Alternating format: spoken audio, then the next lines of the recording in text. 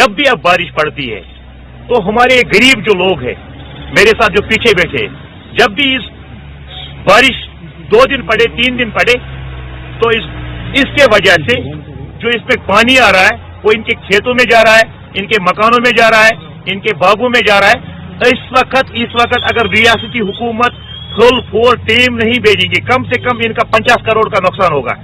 जो इन्होंने जिंदगी भर कमाई हासिल की थी, हलाल की कमाई, इरिगेशन की तरह हराम की कमाई नहीं, मुलाजिमों की तरह हराम की कमाई नहीं, एडमिनिस्ट्रेटिव की तरह हराम की कमाई नहीं, जो इनने हलाल की कमाई थी, वो कल 2 दिन से बारिश की वजह से तबाह हो गई।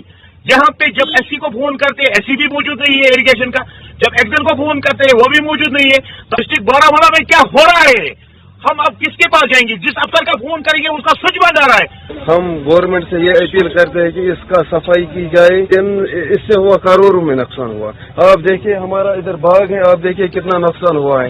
इधर देखिए हमने शाली डाली थी वो कितनी खराब हो गई। तकरीबन एक घर ने 2-2, 3-3 बार डाली है, वो सब पानी बहा के मकानों के अंदर भी पानी चला गया। इस वजह से कि हम तहसीलदार साहब, इरिगेशन डिपार्टमेंट, जो R&B डिपार्टमेंट है, उसको हम बोलते हैं कि हमें परमिशन दे दो, हम खुद ये साफ करेंगे।